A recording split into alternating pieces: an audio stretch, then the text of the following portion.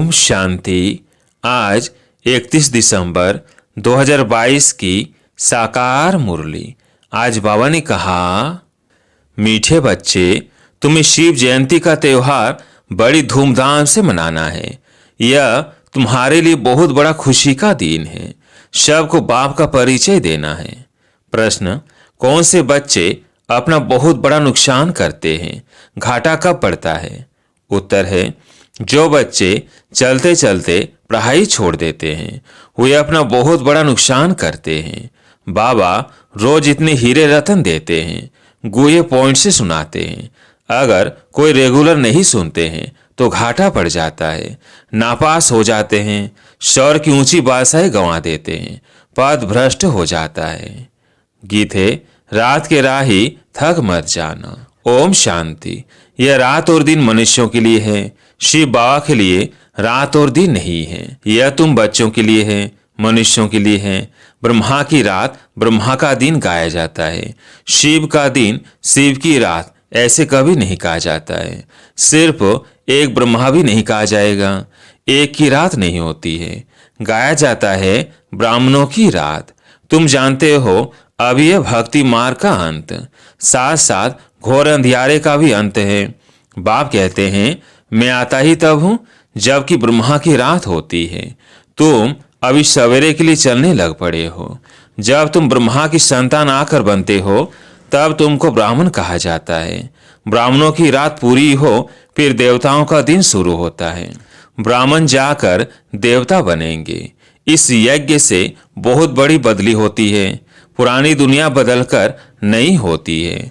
कलयुग है पुराना युग, फिर त्रेता 25% पुराना, द्वापर 50% पुराना युग का नाम ही बदल जाता है। कलयुग को सब पुरानी दुनिया कहेंगे। ईश्वर कहा जाता है बाप को, जो ईश्वरीय राज स्थापन करते हैं। बाप कहते हैं, मैं कल्प कल्प संगम युग में आता हूँ।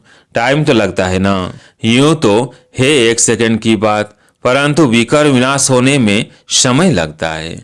क्यों आधा कल्प के पाप सिर पर है? बाप स्वर्ग रचता है तो तुम बच्चे भी स्वर्ग के मालिक तो बनेंगे, परंतु सिर पर जो पापों का बोझा है उनको उतारने में टाइम लगता है। योग लगाना पड़ता है। अपने को आत्मा जरूर समझना है। आगे जब बाबा कहते थे तो जिस्मानी बाप याद आता था। अभी बाबा कहने से बुद्धि ऊपर चली जाती है। दुनिया में और किसकी बुद्धि में यह नहीं होगा कि हम आत्मा रूहानी बाप की संतान है। हमारा बाप टीचर गुरु तीनों ही रूहानी हैं, याद भी उनको करते हैं। यह है पुराना शरीर, इनको क्या श्रृंगार करना है, परंतु अंदर में समझते हैं। अभी हम बनवा में हैं, ससुर घर नई दुनिया में जाने वाले हैं। पिछाड़ी में कुछ भी नहीं रहता है, फिर हम जाकर विश्व के मालिक बनते हैं। इस समय सारी दुनिया जैसे बनवा में है, इसमें रखा ही क्या है? कुछ भी नहीं। जब ससुर घर था तो हीरे जवाहरों के महल थे, माल ठाल थे। अभी फिर पियर घर से ससुर घर जाना है। अभी तुम किसके पास आए हो? कहेंगे बाप दादा के पास।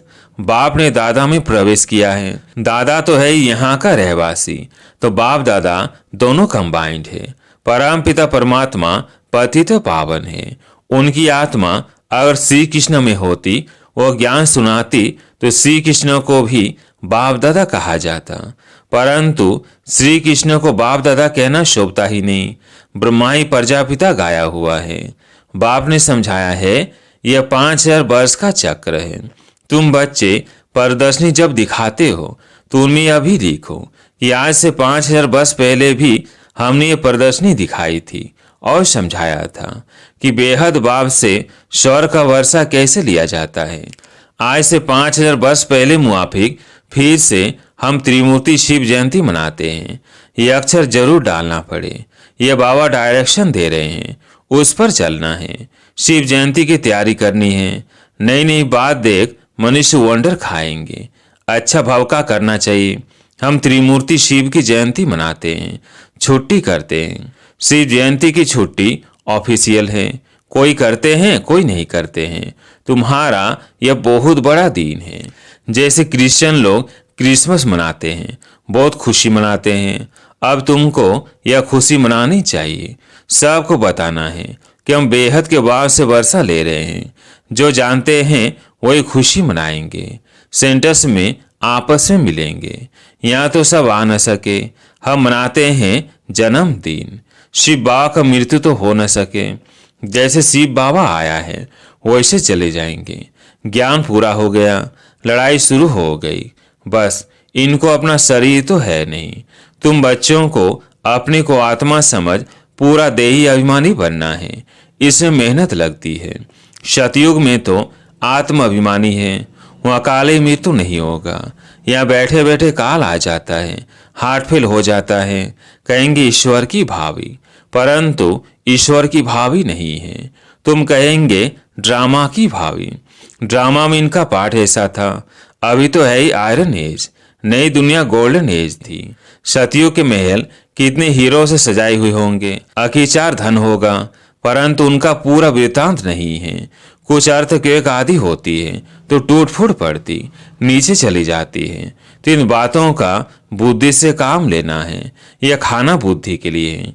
तुम्हारी बुद्धि ऊपर चली गई है। रचना को जानने से रचना को भी जानते हैं। सारे सृष्टि का राज बुद्धि में है। ड्रामा में ऊंचे ते ऊंचा है भगवान, फिर ब्रह्मा विष्णु शंकर। हम इन तीनों का ऑक्यूपेशन बता सकते हैं, क्या क्या पाठ है।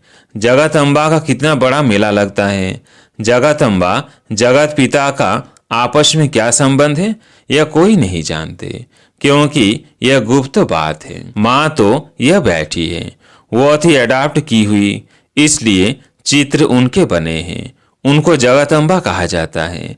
ब्रह्मा की बेटी सरस्वती, भल माँ का टाइटल दिया है, परंतु थी तो बेटी। सही करती थी ब्रह्मा कुमारी सरस्वती।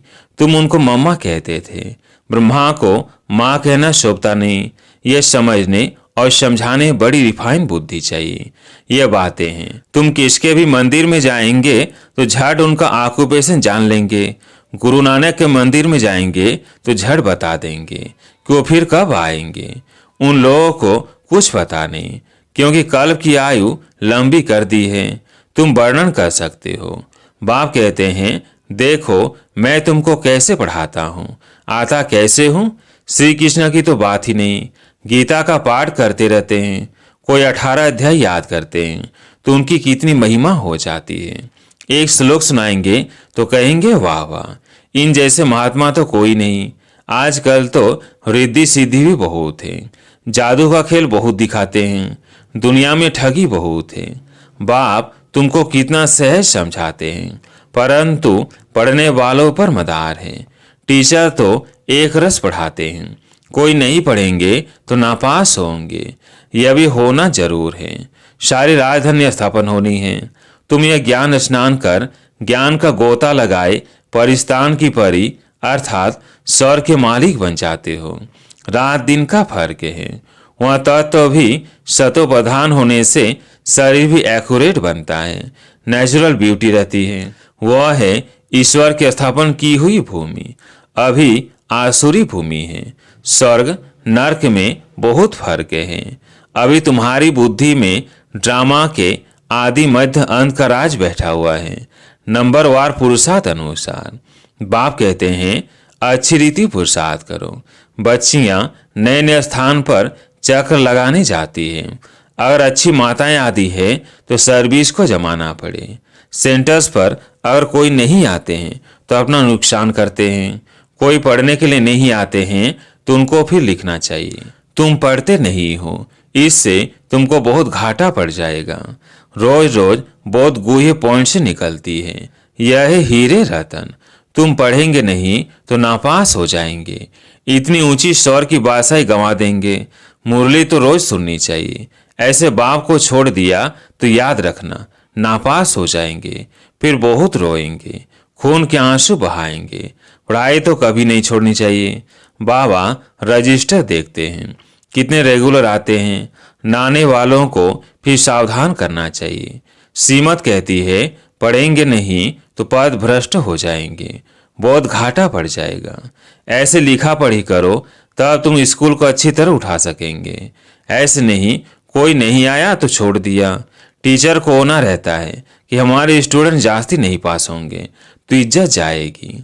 बाबा लिखते भी हैं, तुम्हारे सेंटर पर सर्विस कम चलती है, शायद तुम सोते रहते हो। अच्छा, मीठे मीठे सिकिलते बच्चों प्रति माता पिता बाप दादा का याद प्यार और गुड मॉर्निंग। रूहानी बाप की रूहानी बच्चों को नमस्ते। हम रूहानी बच्चों की रूहानी बाप दादा को याद प्यार गुड मॉर्निंग नमस्ते नमस्ते। धारणा के लिए मुख्य सार। पहला पॉइंट, इस पुराने शरीर का श्रृंगार नहीं करना है, वनवाह में रह नए घर में चलने की तैयारी करनी है। दूसरा पॉइंट, ज्ञान स्नान रोज करना है, कभी भी पढ़ाई मिस नहीं करनी है। आज प्यारे मीठे बाबा का वरदान, महानता के साथ निर्माणता को धारण कर सर्व का मान प्राप्त करने वाले सुखदायी भव। महानता के साथ निर्माणता को धारण कर सर्व का मान प्राप्त करने वाले सुखदायी भव।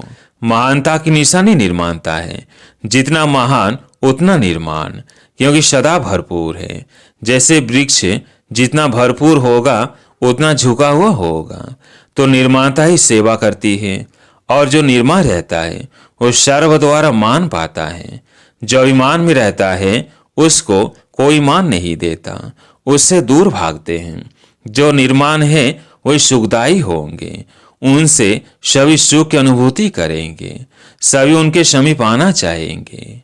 आज का स्लोगन है, उदासी को तलाक देने के लिए खुशियों का खजाना सदा साथ रखो।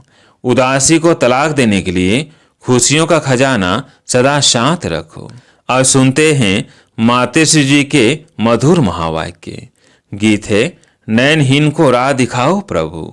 मम्मा ने कहा, अब ये जो मनुष्य गीत गाते हैं, नयनहीन को राह बताओ, तो गोया राह दिखाने वाला एक ही परमात्मा ठहरा। तभी तो परमात्मा को बुलाते हैं, और जिस समय कहते हैं प्रभु राह बताओ, तो जरूर मनुष्यों को राह दिखाने के लिए खुद परमात्मा को निराकार रूप से साकार रूप में अवश्य आना पड़ेगा। तभी तो स्थूल में राह बताएगा, आने बिगर राह तो बता नहीं सकेंगे। अब मनुष्य जो मूंझे हुए हैं, उन मूंझे हुए को राह चाहिए, इसलिए परमात्मा को कहते हैं, नयनहीन को राह बताओ प्रभु। इसको ही फिर खिवैया भी कहा जाता है, जो उस पार अथवा इन पांच तत्वों की जो बनी हुई सृष्टि है, इससे पार कर उस पार, अर्थात पांच तत्वों से पार जो छठा तत्व अखंड ज्योति महत तत्व है, उसमें ले चलेगा। तो परमात्मा भी जब उस पार से इस पार आवे तभी तो ले चलेगा। तो परमात्मा को भी अपने धाम से आना पड़ता है, तभी तो परमात्मा को खिवैया कहते हैं। वही हम बोट को अर्थात आत्मा रूपी नाव को पार ले चलता है। अब जो परमात्मा के साथ योग रखता है उनको साथ ले जाएगा। बाकी जो बच जाएंगे वे धर्मराज की सजाएं खाकर बाद में मुक्त होते हैं। दूसरा है, मम्मा ने कहा, कांटों की दुनिया से ले चलो फूलों की छाव में। अब यह बुलावा सिर्फ परमात्मा के लिए कर रहे हैं। जब मनुष्य अति दुखी होते हैं तो परमात्मा को याद करते हैं। परमात्मा इस कांटों की दुनिया से ले चल फूलों की छाव में। इससे सिद्ध है कि जरूर वह भी कोई दुनिया है। अब यह तो सभी मनुष्य जानते हैं कि अब का जो संसार है वो कांटों से भरा हुआ है, जिस कारण मनुष्य दुख और अशांति को प्राप्त कर रहे हैं, और याद फिर फूलों की दुनिया को करते हैं। तो जरूर वह भी कोई दुनिया होगी, जिस दुनिया के संस्कार आत्मा में भरे हुए हैं। अब यह तो हम जानते हैं कि दुख अशांति यह सब कर्म बंधन का हिसाब किताब है। राजा से लेकर रंग तक हर एक मनुष्य मात्र इस हिसाब में पूरे जकड़े हुए हैं। इसलिए परमात्मा तो खुद कहता है, अब का संसार कलयुग है, तो वो सारा कर्म बंधन का बना हुआ है, और आगे का संसार सतयुग था, जिसको फूलों की दुनिया कहते हैं। अब वो है कर्म बंधन से रहित, जीवन मुक्त देवी देवताओं का राज्य जब नहीं है। अब यह जो हम जीवन मुक्त कहते हैं, तो इसका मतलब यह नहीं कि हम कोई देह से मुक्त थे। उन्हों को कोई देह का भान नहीं था, मगर वह देह में होते हुए भी दुख को प्राप्त नहीं करते थे। गोया वहाँ कोई भी कर्म बंधन का मामला नहीं है। वह जीवन लेते, जीवन छोड़ते, आदि मध्य अंत सुख को प्राप्त करते थे। तो जीवन मुक्ति का मतलब है जीवन होते कर्मातीत।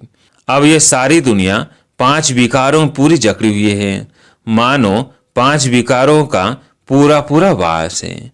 परंतु मनुष्य में इतनी ताकत नहीं है जो इन 5 भूतों को जीत सके। तभी परमात्मा खुद आकर हमें 5 भूतों से छुड़ाते हैं और भविष्य प्रारब्ध देवी देवता पद प्राप्त कराते हैं। अच्छा, ओम शांति।